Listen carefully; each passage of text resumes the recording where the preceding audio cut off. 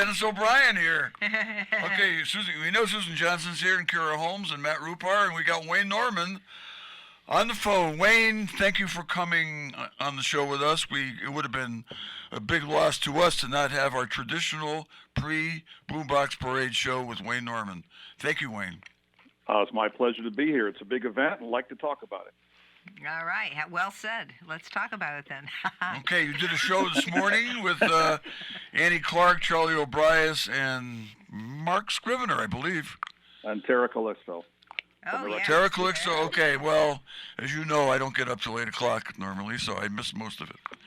So you can just fill me in. But, one thing I want to say is what I always say every year. Got to bring those radios, folks. Got to bring those radios.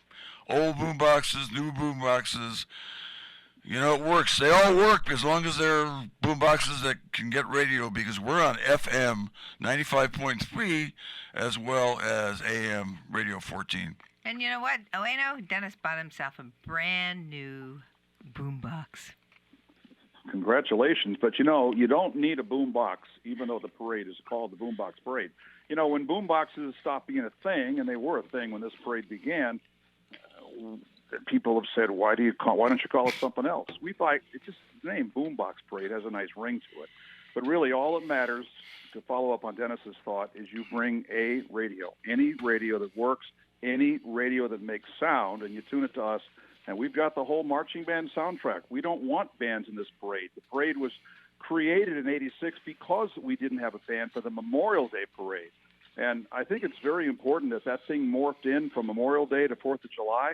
This is a zany celebratory parade, and that wouldn't work on Memorial Day.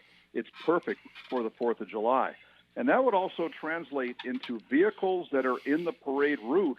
If you got a radio in that parade, tune it to 1400 and 95.3 FM and crank up that car or truck radio and help us out with the soundtrack. Because as Dennis said, there's some dead spots in that parade route. We try our best to fill them in, but it's up to the people that come to the parade, the marchers or the spectators.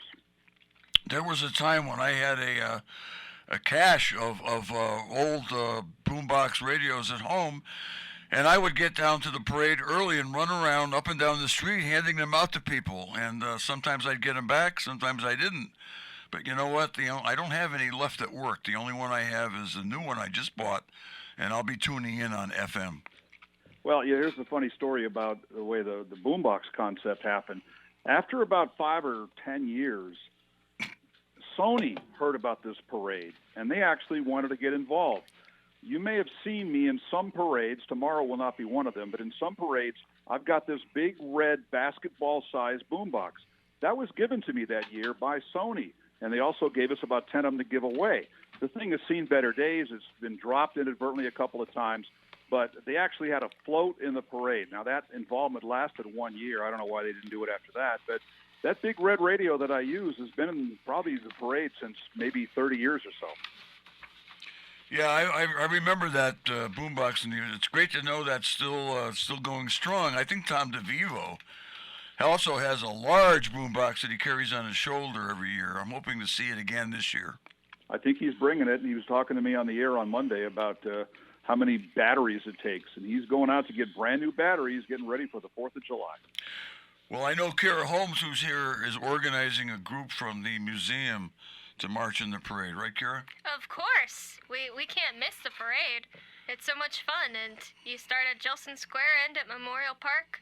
We're trying to see if we can find someone to hold a radio or something, because we're trying to do a different type of parade statement this year. But I don't want to take away from Wayne, because I'll be on in a little bit. But Wayne, thank you. Honestly, this parade is amazing. Well, we're glad you're in it, and I think that speaks to another point, that there are people who show up and they're spectators, and from personal experience, and probably from yours too, Kira, and Dennis and Susan, I think it's more fun to be in it. It's more fun to be walking down that double line down Main Street than it is to be sitting in a lawn chair. And for that matter, people ask me about the good places to sit. Well, I would say this, that it's going to be warm. It's going to probably be in the 80s. I mean, right now the forecast is dry. Let's see if that holds up. But if I were going to be a spectator in the parade, I would sit on the south side of Main Street and utilize the shade of some of the bigger buildings. We got a big crowd in front of our building at 720 Main Street. there used to be big crowds on the town hall lawn. They had those two big maple trees there. One of them came down in a microburst that came through in 2011, and they've just trimmed some of the branches off the maple on the town hall lawn in the last 2 weeks. So there's going to be less shade there, and those people will be looking in the direction of the sun without the benefit of those trees. But nonetheless, if I were doing it, I would probably either A, sit on the shady side of the street in the shade, or B, bring along a little parasol, a little umbrella to keep myself in the shade. I really can't do that when I'm leading off as a Grand Marshal, but if I were a spectator, that's what I would do. Well, Wayno, I've been listening to Pat Pagano and you every day. I've also been checking different weather reports on the internet, and of course they're not all the same. But I'm with you. I think it's going to be a clear day, but I think it's going to be a little cloudy. And you know what? As far as I'm concerned, being a marcher in the parade and doing it at my age, I like it when it's cloudy, as long as it doesn't rain. Well, it was really delightful last year. It was sunny, but it was very low humidity, one of the nicest days we've had. Now, you just said the forecast is for it to be clear, but it'll be cloudy. Dennis, which one is it? Well, don't you think? Clear in terms of no rain. Probably what happens is some of that smoke from Canada is going to come and converge upon all of us. So that might be why we look a little bit more cloudy and not get any rain. Well, we can't control that, but I think that one thing we've had, believe it or not, since this parade began in '86, it has rained on the 4th of July 14 times. But 13 of those times, it was not during the parade. 2014, some light rain started at 11 o'clock, and it was coming down, I wouldn't say heavy, but it was coming down pretty good by the time it ended. We seriously considered putting it off for a day. A lot of people showed up. It wasn't one of our bigger crowds, but to me, that showed me the popularity of this parade. And people wanted that parade to go on. They brought their umbrellas. They brought their slickers. They stayed dry one way or the other. And they seemed happy that that parade went on even in the rain. But that's the only one of the 37 prior parades that we've actually had rain falling during the parade. Well, I think it's really important to have it on the 4th of July. I think that tradition and the day that we have off, I mean, all of those things come together to make sure that we do celebrate the day on the day of the 4th. And I think that's an important thing, unless, of course, there's some very serious, weather condition. But otherwise, we should just do it, yeah. I agree. I think that people want it on July 4th, not on July 5th or whatever. Yeah. One thing to note, we didn't bring this up this morning, but one thing to note is that the Foster building, as they call it now, in my old days, it was the Willie Trust building and other buildings as well. They've got that construction going on, and the sidewalk in front of that building is all sealed off. That's an area where a lot of people would watch the parade right at the formation point, right at Gilson Square. That's an area now where you're not going to be able to sit and watch the parade. So some people have sat there. You've got to figure out someplace else. The other thing, which we also didn't talk about this morning, is that there's been a change now in the street that goes behind our building, parallels Main Street, Riverside Drive. You can no longer drive straight east on that to get out to Main Street. It's blocked off, and you have to turn and go up Railroad Street to Main. So people have to remember that when it comes to what they're going to do when they get to the parade. Do they want to? They can't go all the way through and go beyond the formation point anymore. I don't think they're going to close that off because it does access parking on Riverside Drive. But just be aware, you cannot drive through there anymore. So that's two major changes because of that one building. And I come to think of it, I think the Murray building across the street, the old Hurley's building, that's got some areas blocked off as well through the construction. So there's another spot that people will not be able to observe the parade from. Those are all very excellent points, but they're also points to show that we are making progress here in town, and pretty soon those buildings will look great, and we'll have parking, and everybody will be able to get through those areas that are blocked off now. But those are really excellent points, and I hope that the town has thought to put something like not a through street or something like that when they at the area where you enter Riverside Drive. So that would be from Bridge Street there. So now the people that are going to be in the parade, the people that will be the actual marchers or participants, what the rec department wants you to do is enter Gilson Square by Valley Street. Don't plan on coming in by the Main Street entrance. Come around the backside, and then you'll be lined up and sequenced there from Gilson Square. But plan on entering through Valley Street. That's very important. And the other thing is, don't plan on using Gilson Square as a parking lot. as Charlie O'Brien said this morning, that area by the new senior center and community center, they'll let maybe handicap vehicles park there, but that's not where people park their car, march in the parade, then come back and get their car. You have to find other places to park. You know, the new parking garage, the intermodal transportation center is one option. Exactly. The Crosby lot is another option. Exactly. And the parking garage, for those who haven't used it yet, is on Walnut Street. So, you know, you can get there from Main Street, take a left onto Walnut, and then the parking garage is right there, and it's got plenty of parking spaces for people. So it probably will provide more accommodation than the Gilson Square. And you just have to walk a couple blocks down the road. People often ask me, who's coming to the parade? And I go, I don't know. I mean, there's some people I know who are coming. We know the Traveling Fish Head Club will have some statement on their traveling fishes. And we know that the Willie Brew has been fantastic the last couple of years. The Haggerty family was really good about 10, 15 years ago. They've had fewer elements in the parade, but they had like 100 people. They had one year, I think they had somebody that came from Italy that was part of their family. They had like a block long of stuff. It was really fun. So I don't know what they're going to do this year. They'll probably have their fire engine in it, their 1932 Hagarosa fire engine. And then, of course, the Grand Marshal, who knows what he's going to be doing at the parade. Well, that'll be a surprise. but unlike most parades, this parade doesn't have any pre-registration. So people, I get this question like every day this time of the year. Who's coming? I don't know. We'll find out when they show up, and we'll watch the parade and see who's in it. And one thing that this started really in year one, the creativity that people do. Sometimes it's political based. Sometimes it's just some event that's going on in town. Sometimes it's a Little League team or a Cub Scout group or a Girl Scout group walking down the street. I think it really shows the value of community and how the community gets involved in this parade, and I think that's one reason why it's important. But we go back to the beginning here and just say that, hey, all you Girl Scout groups and Little League groups and whatever else is in it, please, in your unit, try to find a way to incorporate and or bring a radio or radios. Excellent point. And one other thing, I did listen to the show this morning, and I was very impressed with the fact that Annie Clark mentioned the idea to make sure that you don't bring your dogs unless they have some kind of dog shoes. They do have little covering for dog feet because their feet could get burned on the sidewalk. Susan, did you like my line about that? My follow-up was that I'd said this about 10 years ago, but my line is that if you're going to bring your dog in the parade, you will be required to walk barefoot. Which you know, good. Makes the point that they got their paws will get hot on the pavement, your feet will get hot on the pavement. Better yet, keep the animals home. Yep. Keep them home, or they do have little shoes for dogs, so you could probably get some shoes. The other story that Annie told, that I've heard this story before, but I thought it was worth telling this morning, which I thought was great. Her mother was the one that came to us with the idea for the parade. Yep. I want to, from day one here, I want to disassociate myself with anybody that thinks that it was my idea. I didn't think it was going to work, and then it did work, and here we are. But Annie was in Atlanta at the time, and she didn't know much about it. Her mother didn't really tell her much about it. And the next day, she's in Atlanta, Annie, the daughter is, and she reads the Atlanta Journal-Constitution, and she sees a picture of her mother.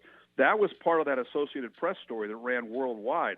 I got quoted in Spanish in a newspaper in Guatemala. That's amazing. That first paper got a lot of attention. Yeah, if you look deep on our website, you'll see the actual story. You go to the Boombox Parade page, and you'll probably find it at WILI.com/parade. But that thing ran nationwide, it ran worldwide, including Atlanta, and that is how the parade daughter found out about this creation of her mother, the great, late Cupid, Kathy Clark. Yeah, thank you for that, and thank you for remembering Kathy Clark. She was such a wonderful person. Anyway, Wayne, is this number 38? Yeah, it's going to be 37 on the street and one of them virtual. 2020, we had to go virtual. We made a 35-minute thing, and we got thousands of hits on that thing. Some of them were actually live during the parade, and some people watched it later on. But we basically produced a slideshow of the prior parades and put the soundtrack music. We had the governor doing an introduction to it, and some other people. David Wallner was involved in it with me at the beginning, and then at the end there were some other local celebrities that were involved in it. We had some fun with that. But then 2021, we were back on the street. 2022, back on the street. The crowds have come back, and they're thrilled to be able to get it back on Main Street. One reason I asked that question is, excuse me, that banner we carry always has the number. Which number is this? 3738. What are we going to have on it this year? 38? It'll be 38. It's already been changed. Oh, wonderful. I'm always worried that they won't get that banner ready for me to pick it up and just run off with it. I think the banner might last longer, Dennis, than you do. Well, it's made of really good material, just like I am. So we'll see what happens. Anyway, I'm really looking forward to it. I love walking up and down the street. Well, up the street mostly. Go back down and see people on the way down that I didn't see on the way up. Let's remind people too about, we call them safety guidelines because we hate that word rules. One of them is no water spraying, and that specifically refers to super soakers. We had a major issue with that until 2011 when we put this in place, and people have been very good about it, conforming to that.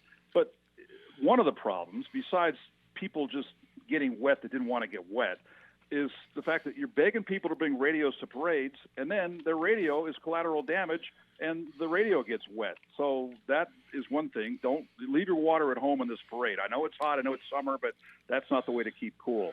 Number two is no throwing of candy from the units that go down Main Street. The problem we had was that people would kind of do a half-hearted heave, would get halfway to the curb, and the 6-year-old on the curb sprints out to get it, not looking both ways, and seeing there was a guy on a rollerblade coming by, or a guy on a boogie board, or whatever, not a boogie board, but nonetheless, or maybe a vendor coming by. And Mark Scribner told the story this morning. He had one, if not more, occasions where there actually was contact made.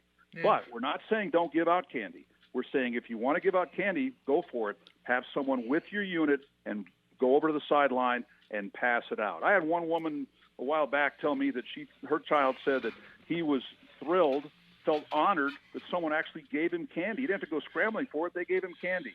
And then no reckless behavior. We had people doing wheelies on the street. We don't want them falling over backwards, cracking their skull. And then we had some people revving their car engines. And there was one year with a stock car up there. They put out some pretty acrid smoke that people got sick of. So we don't want those things in the parade. But otherwise, parade runs like a charm, and we're really looking forward to it on Tuesday, 11 o'clock, Gilson Square. I think the standards you've developed with the police department, the fire department, and other people in town have worked very well, Wayne. I'm proud to say that we had a Democratic Town Committee meeting a week ago, and our chairman, Leslie O'Brien, and one of the members of the town council, Dawn Niles, made a big point to the fact that, we're going to have kids marching in the parade with the local Democrats, but no throwing of candy. Hand the candy to the kids. I mean, that was said over and over and over again by Leslie and Dawn. So we hear you. It's a great rule, and we will follow it. And you talked about the coordination of local organizations. Don't leave out the Wyndham Rec Department. But between Tara and Charlie, they've been phenomenal. That goes back to Patty Anthony when she was rec director here. She began to help out, take charge. Now the rec department does it a lot to make sure this thing runs smoothly, and I truly appreciate that. Another person I want to mention in that regard is Jack Jenkins, who's always out there on Valley Street directing traffic and does a great job. And he hasn't missed the Boombox Parade and probably never. Yep, and I had an email this morning with the Attorney General, William Tong. He wants to come to both parades. He was asking how to do it. Both parades, meaning Columbia, which is an hour earlier than ours. And I gave him the logistics of that. Come down Valley Street and come down behind. But Columbia's got the water. If you want a super soaker parade, Columbia's got that. But they have a great parade in Columbia. We love those people too. And we have a lot of people that do both parades, and Mr. Tong is going to be one of them. I get around to a lot of the surrounding towns because I've worked in a lot of them, and the one thing I notice along the parade route, I see lots and lots. It's not just the Willimantic Parade, not just the Wyndham Parade, although we are the focal point of it, and we are where it takes place, but there are a lot of people who come into town from the surrounding towns and probably all over the place in Connecticut, but I see people in the crowd that I know from other towns, and a lot of them. I've talked to people on the parade route from Africa, from Europe. I mentioned Italy earlier on. Now, I don't think these people are buying a plane ticket to come to Bradley, to come to Willimantic for the Boombox Parade. They're here for some or other reason. But the point is, this thing is getting some international attention because of people from those countries, from those continents, who come to the parade, and then they tell their people back home, man, I saw the craziest parade. Because as we say, it's the largest parade of its kind in the world. Yes, Willimantic, USA has the largest parade of its kind in the world. That is a great distinction. Yes, it is. It's I'm very, very proud that this is a place where we can have so many unusual things. And we do. This is a very unusual community, from the Boombox Parade to the Frog Bridge. I mean, and you could go on and on. And as we know, we have a very unusual Grand Master. And I can't wait to see what he does on Tuesday. Absolutely. Would the Grand Master be also doubling as a Grand Marshal? Well, Wayne, you're always correcting me when I misspeak, and you got me again. But I meant to say Grand Marshal. But Grand Master, I think it does the trick. I think everybody knows who I'm talking about. Dennis, it's low-hanging fruit. And It's also, it low-hanging fruit describes with you you. perfectly. But as usual, I will be doing something which I consider to be timely. We'll have a little bit of fun with that, and my stuff is all ready to go. So now all I got to do is get the people out on Main Street on Tuesday at 11 a.m. All right. We can hardly wait, but our time is up. We've got to go to a commercial break for our wonderful sponsors. And thank you so much, Wayne, for being on the show today and not breaking the tradition. Thank you, Wayne. Always good to be with you guys. Bye. Thank Bye. you, Wayne. Thank you, Bye-bye. All right, folks, we'll be taking a short break, and we'll be right back with Kara Holmes, the Executive Director of the Wyndham Textile and History Museum. Welcome back, everyone. This is Susan Johnson. I'm here with my co-host, Dennis O'Brien, and our very special guest this evening, Kara Holmes, the Executive Director of the Wyndham Textile and History Museum. And I have to say thank you so much for all the work that you do. You and Jamie Eves have been amazing people working together, bringing the community together with all the ideas and information you have. And I just wanted to start off a little bit and go back in time to June 19th to Juneteenth. And I was so impressed with the work that you did in conjunction with the NAACP and talking about Juneteenth and the reason now it's been a federal and state holiday here in the United States, and it talks about the commemoration of the emancipation of enslaved African Americans who didn't know that they were already emancipated. And so ever since they found that out on June 19th, 1865, they have been celebrating this as a holiday in Texas and around the country. But now we've made it a national holiday, and I have to say there was a woman on cable, CNN News, I think it was, who said that she spent 5 years walking to D.C. to talk to people all over the country about why she wanted to make sure this was a national holiday. And with that, I just want to thank you and the cemetery tour, and tell us a little bit about your history here that's actually local, that's an impact on Juneteenth. Well, thank you, Susan, and thank you, Dennis, and also thank you, Susan, for attending, because it was a great treat to have you. Thank you. It was a wonderful event. We had about 34 people in the old cemetery right across from Stop and Shop, and we started off with Caesar Hall's grave. He actually served and protected his country and was supposedly promoted to corporal because he was on watch duty, and his fellow soldier was trying to retreat, and he actually conked him on the head with a rifle, is what we learned. So that's very interesting. Yes, it is. Which war? Revolution? Civil. Yeah, this was Civil War. Civil War, Yeah. okay. And it was just really fascinating to find that story out. And then we went to another grave. We call it Veterans Corner, actually.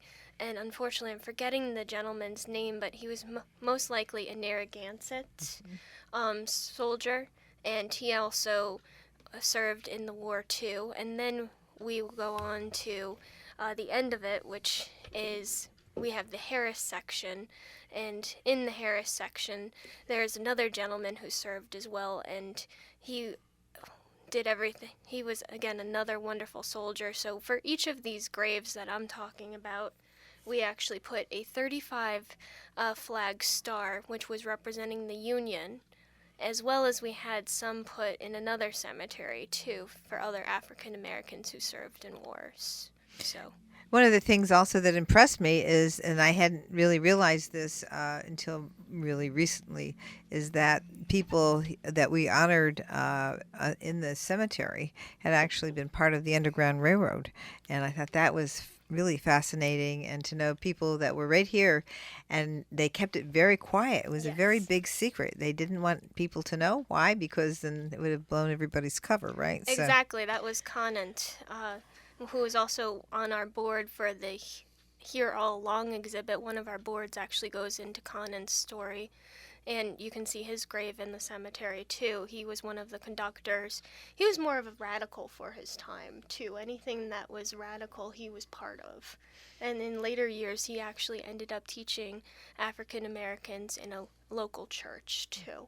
So he continued doing his work even past the Underground Railroad, which I found really fascinating. And if you haven't seen the Here All Along exhibit, you still have a chance to. It's up till August 13th. Our senior curator, Jamie Eves, is the one who put this beautiful exhibit together during COVID. He did all of this research into graves and cemeteries, and when you see the boards, you'll see history come alive, and it's a wonderful exhibit that you definitely must see. Connecticut Humanities sponsored it, as well as Jean Dismay, as well as Not Your Ordinary Juice Kitchen and Restaurant, which unfortunately is no longer with us, but we thank them so much for doing this donation for the exhibit. wonderful, wonderful. And also, just to mention that the church that we're talking about is still standing on Maple Avenue. Yes. It's the Freedom Church for Black people. Yes, exactly. And also another church that's still standing that's also part of this exhibit is in Brooklyn, Connecticut. And when you go again to this exhibit, you will see we highlight some carvings from that church on one of the boards. So I definitely highly recommend you to look at each board. It's visual, as well as we have a bunch of conceptual words in order to bring history alive, which is really what we always want to do in making those local connections. And you do so successfully. Great work.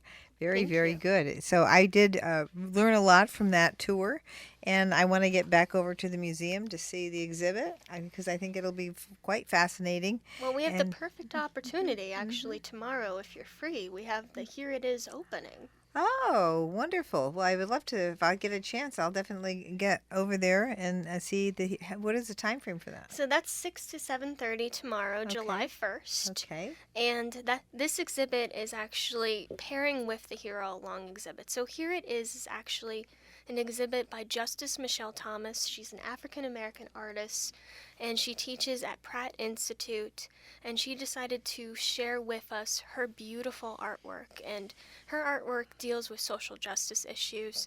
It is in various forms, and by various forms I mean masks, I mean mixed media, I mean copper, I mean paintings, and literally it takes the space into another realm of understanding, honestly, and brings color and brings all this other conceptual understanding to this very important topic.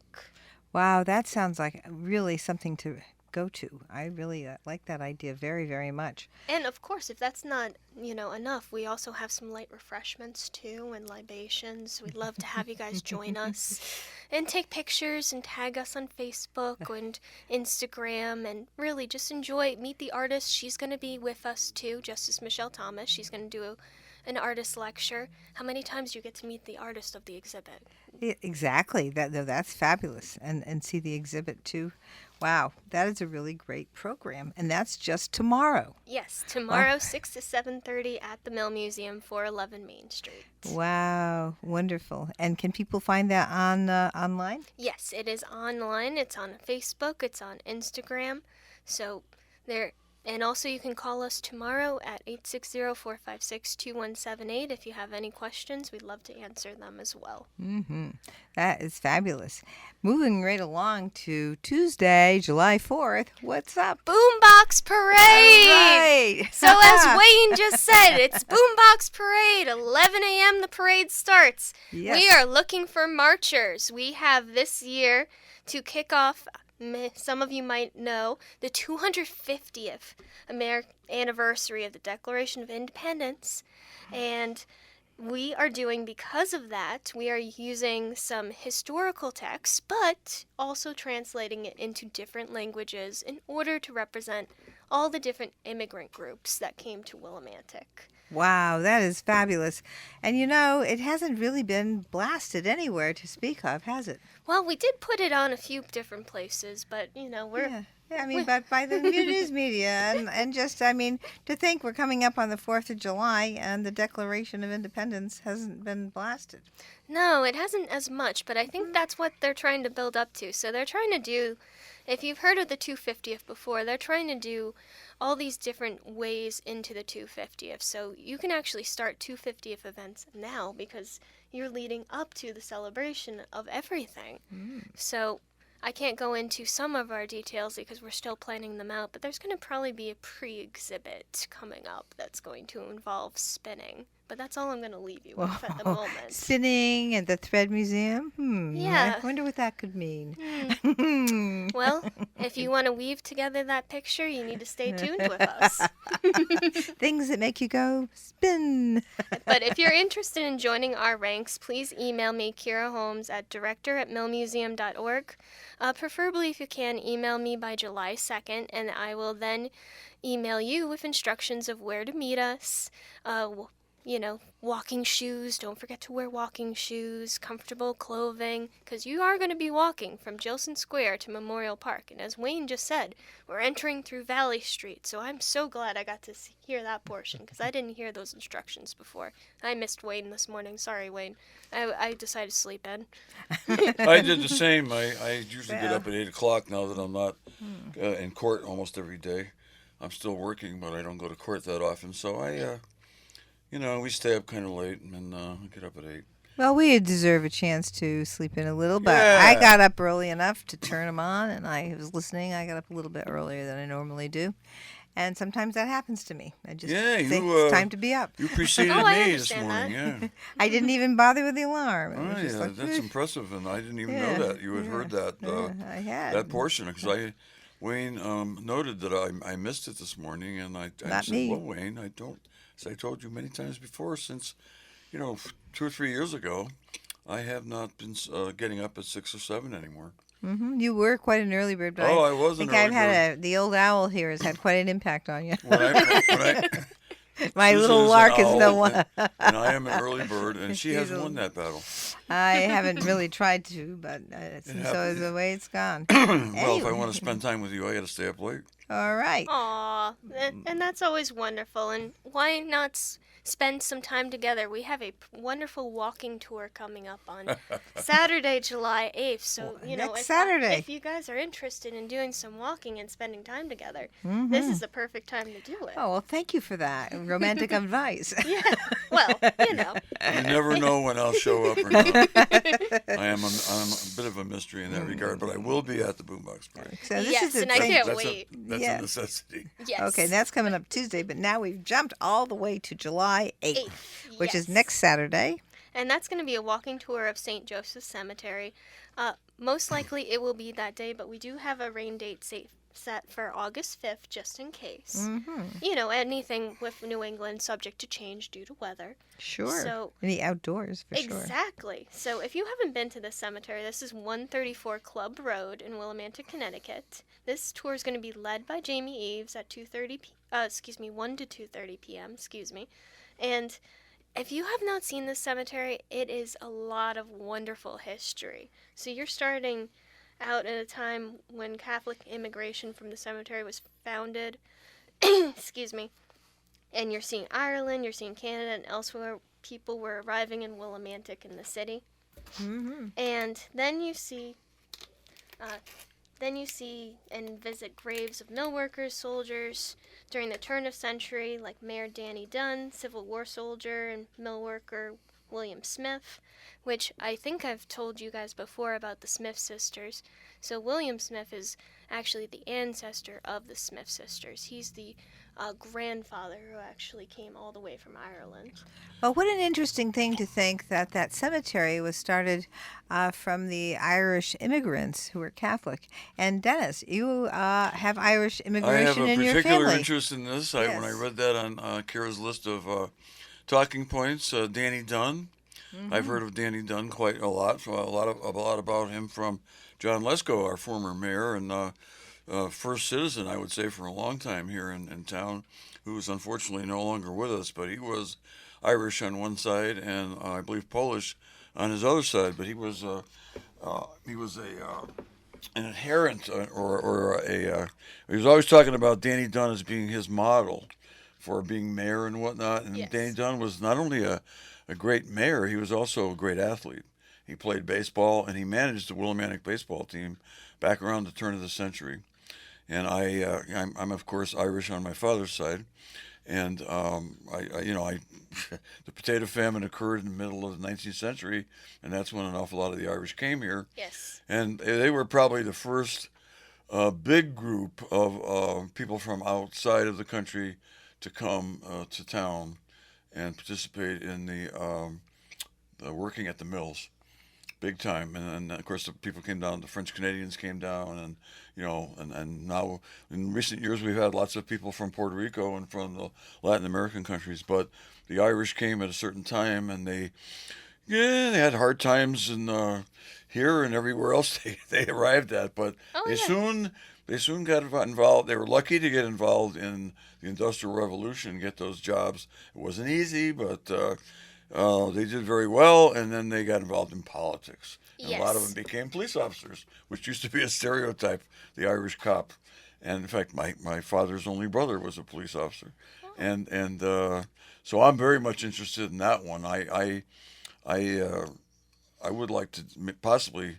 We'll see if I show up or not. Go on the tour of the Catholic cemetery. See, like I said, it's gonna be date afternoon. Come on. Yeah, exactly. Well, $5 donation. Go on Yeah. a great walk. Get I'll education. have to put on Throw in some sunblock. sunblock. Yes. Good with In my- sun hat. I'll You send can Jamie with some sunblock. I'm gonna We'll need make a sure sun you get hat, to have it. sunblock, and yeah, you probably can do those the things deal. they wear in the desert. Oh, you're gonna have a parasol, right? Yeah, right. Anyway. Oh yes, a parasol, like Wayne was saying before. Exactly. Well, And- I got a question about this, Danny. Is he Danny Boy? Danny Dunn. Is Danny Dunn Danny Boy? Boy. Oh, Danny Boy. No, The he's song. not Danny Boy. No, I don't think so. Who is that? I'm not sure. That's, I I should've don't know who looked it knows who up that on- was. That's an old Irish song. Yes. In fact, I saw a show on Ireland. I don't look for that stuff, but I happened to see it, walk by the television, and there was a guy who had written a book about the Irish in St. Louis, which I didn't know. Didn't know there were a lot of Irish in That St. was Louis. interesting. I saw that. Oh, I yes. guess they yes. came I here saw and that they too. arrived in New Orleans, went right up to the Mississippi, and ended up in St. Louis because they had all those jobs, the industrial plant.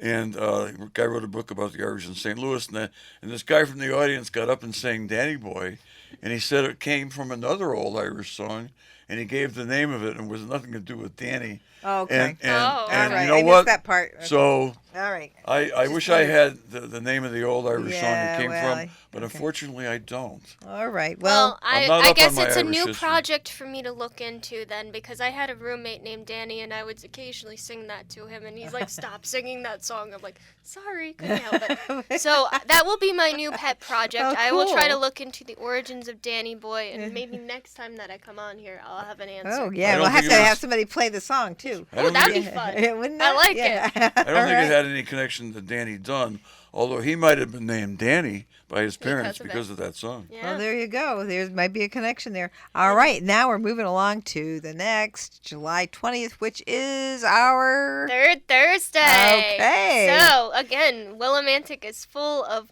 wonderful corks and entertainment and treats. And this event entails all of that. Yes, it does. So, the Mill Museum is going to be with the Connecticut Eastern Railroad Museum again. We share a spot Oh, with them. Great. And we have a lot of fun that way because it's two wonderful. Exactly, just like Dennis's shirt over here. Oh They- my goodness, you dressed for the occasion. I did. See, he knew I was going to do this. That's I why knew. he Yes, wore he that did. shirt. I'm Wow. prescient. Yes.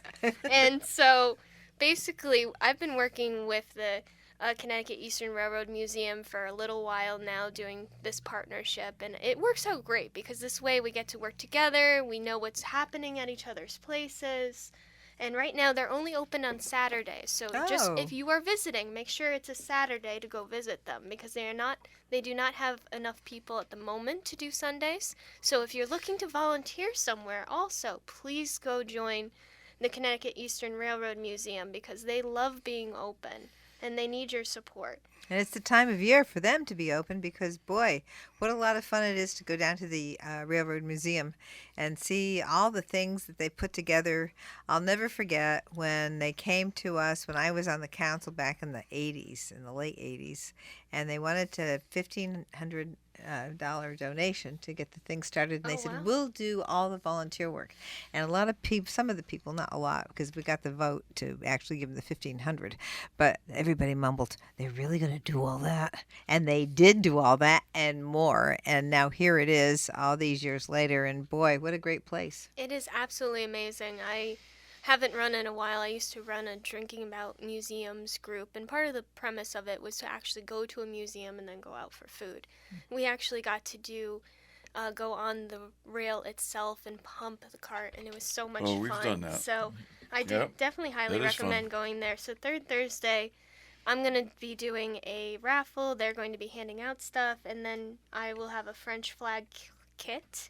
And also just moving along really quickly. So if you like book sales, we are on our 3rd annual year of Crazy Quilt Book Sale. All right. Right now it should be August 29th and 30th in the Dugan Building at 157B Main Street. 157B Union Street. And there's going to be all these books for you to buy. It's a lot of fun. If you want to get rid of books, please contact me at director@millmuseum.org. We'd love to take your donation of books as well. If you want to sell or sort books, also contact me at director@millmuseum.org. And I have more things that I'd love to tell you guys, but I know we're running out of time, so I want to say thank you to Susan and Dennis. I want to say thank you to Connecticut Humanities, the town of Wyndham, my fellow wonderful volunteers, my board, my staff at the Mill Museum.